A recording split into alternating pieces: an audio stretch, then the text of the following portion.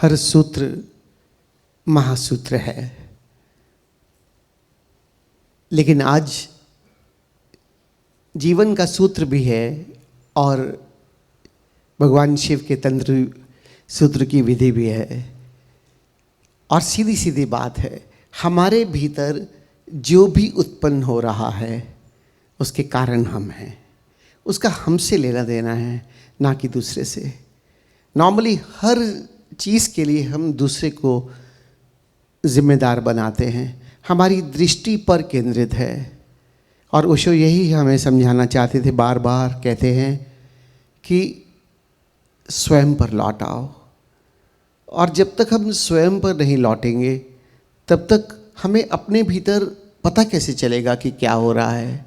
सुबह से लेकर शाम तक पूरे जीवन में अगर हम गौर से देखें तो हमारे भीतर इतनी बार तरंगें उठती हैं, कभी कंप, कभी अकंप, कभी किसी तरह, कभी क्रोध, कभी प्रेम, और कभी इरिटेशन, कभी ईर्ष्या। कुछ ना कुछ निरंतर हमारे भीतर चलता चला जाता है, लेकिन हम उसके प्रति बेहोश मूर्छित रहते हैं और हमारी दृष्टि हमेशा अपने आसपास वाले लोगों के ऊपर रहती है कि हर चीज़ के कारण और सिर्फ वो है, और वो अगर ऐसा ना करें तो ऐसा नहीं हो सकता। जिस दिन हम अपने पर लौट आएँ, ध्यान का अर्थ ही है कि स्वयं पर लौट आओ। ध्यान कुछ और है भी नहीं। बहुत लोगों ने ध्यान को बहुत गलत तरीके से परिभाषित किया, चाहे वो स्वयं की ओर लौटना हो, चाहे भीतर देखना हो। बात सिर्फ अपने ऊपर लौटने की है, लेकिन हमारी दृष्टि हमेशा दूसरों की तरफ पड़ती चली जाती है। The biggest problem of a person's life is like we are just focused on the people around us. For every reason, for everything which is happening in me, either it is anger or it is a love or it is irritation or it is some panics coming into me, we are just making responsible the whole world except us. Whatever is happening in me, how can the other person around me can be responsible for that? How the incidents are responsible for that? Because incidents keep on happening. That is related to many reasons, not only to me. The people are different, their ways of life are different. How they are reacting, that's up to them, not up to me. But my problem is, I am always and always focused on the people around me and making responsible them for all my pains, even all my happiness, even all my love, even all my blissfulness. Others are responsible. You leave even the world. What we are saying for in the meditative living also, whatever is happening because of Master. Whereas very less is in the gratitude, more is in the complaint. But responsible are the Masters, not me. I am not understanding how the Master can be responsible. Osho has said so many things, but I have always understood according to my mind, because it is coming through mind. And I am just defining everything according to me, and I am making responsible even the Masters. Or then why only up to the Masters? Even to the existence. Existence is doing this, it is very unfair with me. I have done nothing wrong. Why this is happening to me? This is like this, this is like this. So much stories our mind is keep on making all the time. And we are just, in that way, we are only escaping by ourselves, that I don't have to do anything. I don't have to put any effort on me. I don't have to do any meditation or be aware. Because everything is responsible for the others people, either the world or the Masters or the existence. But I am not responsible. This is the main thing. Come back to yourself. Meditative living means come back to yourself. What is happening to you, you are the responsible. What is going on within you, you are the responsible. You can change it. You can change it anyway. आप किसी भी चीज़ के लिए किसी और को जिम्मेदार मत बनाइए।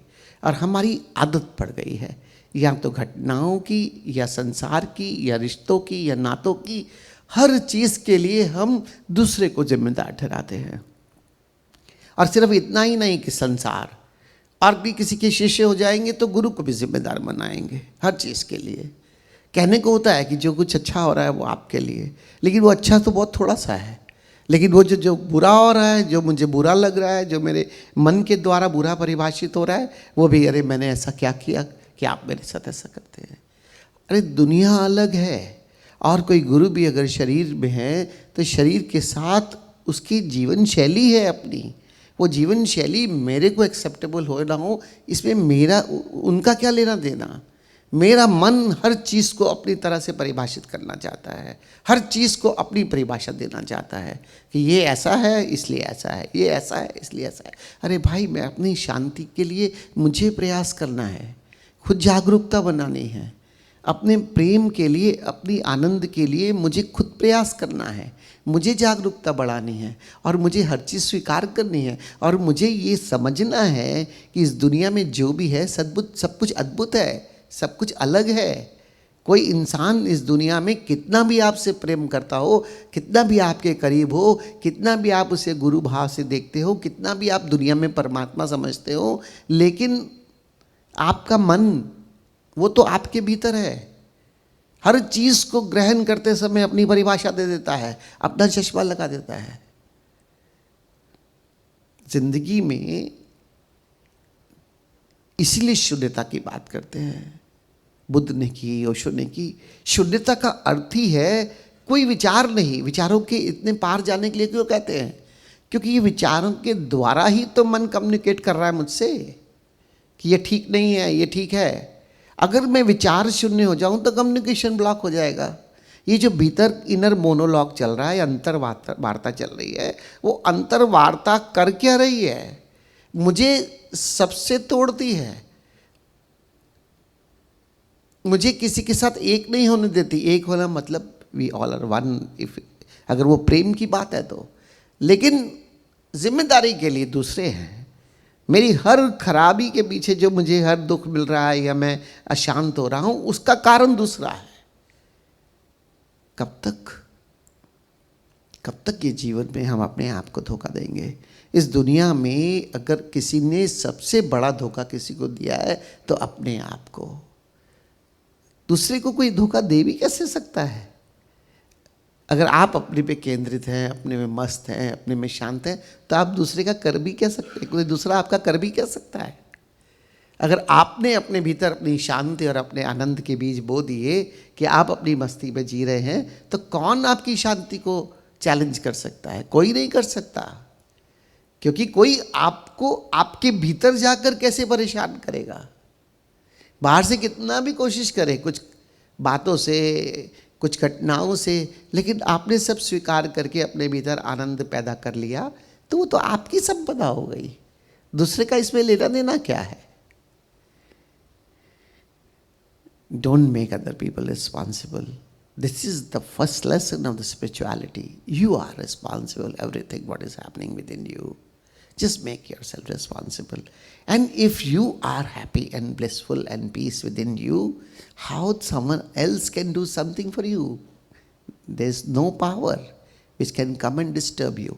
If you are accepting all the things, if you are accepting all the incidents, all the happenings, whatever is happening, just mind will say this is good, this is bad, there's nothing good and nothing bad, this is going on, that's it.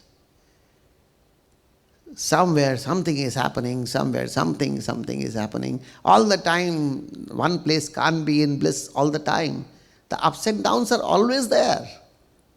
But we have to accept the ups and downs. The timing, something is, we are just defining as this is not suitable. But after 2 days, everything settled down. Then we said, oh, it's good now. Then after 2 days, something goes wrong. Oh, this is very bad. Nothing is in my hand. Everything is happening without me even. But I can define, I can just create something within me. I can create sometimes joy, sometimes sorrow. Because this is my challenge. Because I don't know the other way how to live in happiness and bliss. This is the only way, the ups and downs which just keep myself busy. That something is happening. If nothing is happening, you are just empty all the time. Maybe you are afraid that you will get bored. that nothing is happening, everything is calm and quiet, then what I will do? Because I don't have a habit of be in bliss, in peace all the time. Because I love challenges.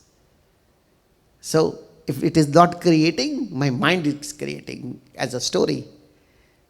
And that story is not even related to the present moment. That will create a story of the future. Something will not happen tomorrow. This thing should not be go like this. What will happen to me if this happens? What a long story, and you can keep busy to yourself by the mind for hours and hours and hours. It has nothing to do with the reality. This is our life. Just look back. कितना बेहतर मन है हमारे पास. कोई और हो ना हो, कितनी बढ़िया से बढ़िया स्टोरी क्रिएट कर सकता है. कल ये ना हो जाए, कल ऐसा हो गया तो क्या होगा, ऐसा हो गया तो क्या होगा, ये हो गया, ये नहीं होना चाहिए, ये इस वजह से हो गया. Who are you? जो Who are you? What you are feeling, you are. आप कौन है? कितनी बड़ी जिम्मेदारी अपने पे लेके बैठ गए. आप रोक सकते थे. जीवन में घटनाएं घटती चली जाएंगी, और जीवन में घटनाएं घटनी हैं. कल हमने कहा गंभीरता से कुछ नहीं होगा. सब कुछ है, स्वीकार करो, हो रहा है. और संत और एक आम संसारी में फर्क यही है. संत हर घटना को स्वीकार करके उसमें भी उसका अपना मजा ढूंढ लेता है, और संसारी हर घटना में अपना दुख ढूंढ लेता है.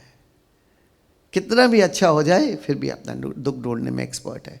यही बस ट्रांसफॉर्मेशन है, यही रूपांतरण है. And this is the difference between the life of the saint and the worldly person. Saints find out happiness from anything which is happening around, because he knows how to be in peace and bliss. And the worldly person just find very intelligently pain from anything happening around, and want to be just sad for some time, because that's up and down which the mind is enjoying, which a person is enjoying. Just come back to yourself. Just know yourself, what exactly the treasure is within you, in this emptiness, in this nothingness, in your consciousness, where everything is so calm and quiet. And once you stay there, you start enjoying. You just associate yourself with the bliss. And that bliss is just a bliss, nothing else. और एक बार अपने भीतर लौटकर, अपने भीतर अपनी शांति में, अपने आनंद में ठहरना सीख लो. उस शून्यता में, उस शून्यता के साथ सच में असली खजाना तब पता चलता है.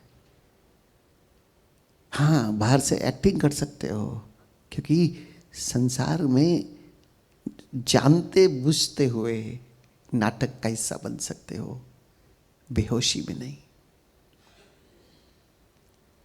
नाटक का मजा ले सकते हो जागते हुए, बेहोशी में नहीं. You can enjoy the world, you can act according to anything, you can be naughty, but with full awareness, not in unconsciousness. Because life is very beautiful. Live it. That's why I was saying all the time, just be aware. And if you have the treasure of awareness, you can enjoy anything. Even if you are acting of laughing or the acting of crying, from inside, you can laugh on yourself also, and you will be in the bliss. Just have all the controls of the life with you, that no one else can have your control of life. What you want for yourself, do it. जो अपने लिए निर्धारित करते हो कि मुझे जीवन ऐसे जीना है, आप उसके मालिक बन सको, आप उस तरह से जीवन जी सको. ये मालकियत ध्यान से आती है, क्योंकि ध्यान से जागरूकता मिलती है और उस जागरूकता से मालकियत. And this control, this ownership of your life, you can attain from the meditation.